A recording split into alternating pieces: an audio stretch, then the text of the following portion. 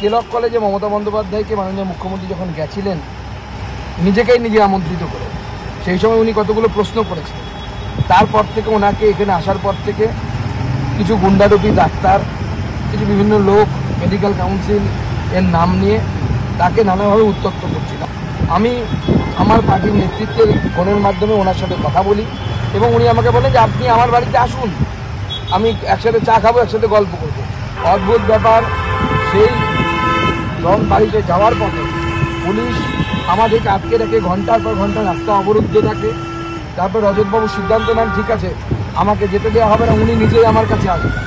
ওনার বাড়িতে বৃদ্ধা মা আছেন যিনি অসুস্থ, তাকে একদম তাকে রেখে উনি হাঁটতে হাঁটতে আমার সাথে দেখা করতে আসেন পূর্ণ সিনেমা হলের মোড়ে। সেইখানে যখন উনি আমাকে বলেন চলুন আমরা হাঁটতে হাঁটতে আমার বাড়িতে যাই, তখন আমাকে অ্যারেস্ট করা হয়।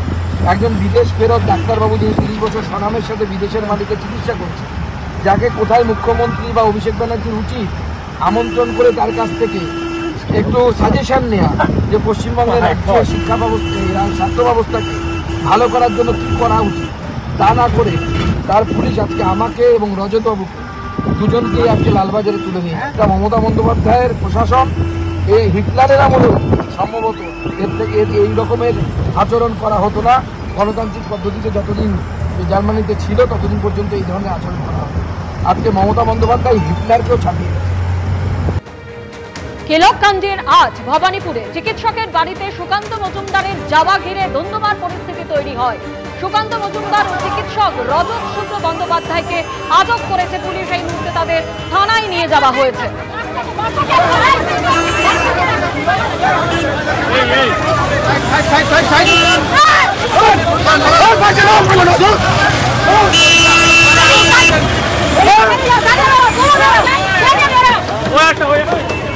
আমার এখানে গাড়ি বন্ধ করাটাই প্রথম দেখছি, তারপরে দু একজন আমার আত্মীয় স্বজনকে রিমোটলি বলেছে যে এই ডাক্তারবাবু ওখানে আসে কিনা। আমি অ্যাকচুয়ালি 1 মে মান্নাদের বাড়িতে ফুল দিতে যাব, আমি মান্নাদের ছাত্র, ওনার বাড়িতে ফুল দিতে যেতে দেখলাম ওদের পরিবারকে জিজ্ঞাসা করা হচ্ছে যে এই লোকটা এখানে আসে কেন।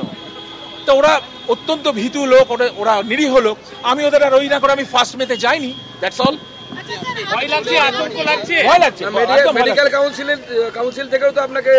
ওইটাই তো আমি ওদের বলছি যে ওইটাতে আমি জবাব দেওয়ার দরকারই মনে করছি না। আমি এখানে প্র্যাকটিস করি না, আমার কি দরকার? চলুন আমরা গাড়ি করে বেরিয়ে যাই। না না, উডল্যান্ড হাসপাতালে কেন যাবো? আমার কেউ অসুস্থ নেই, আমি প্র্যাকটিসও করি না। আমি সম্পূর্ণ সময়টা পুরো বাড়িতে ছিলাম, আমি এই ভদ্রলোকের জন্য ওয়েট করছিলাম। আমি সুকান্তবাবুকে নিয়ে যাবো, আমরা চা খাবো, তারপরে দেখা যাবে, দেখি পুলিশ কি করে।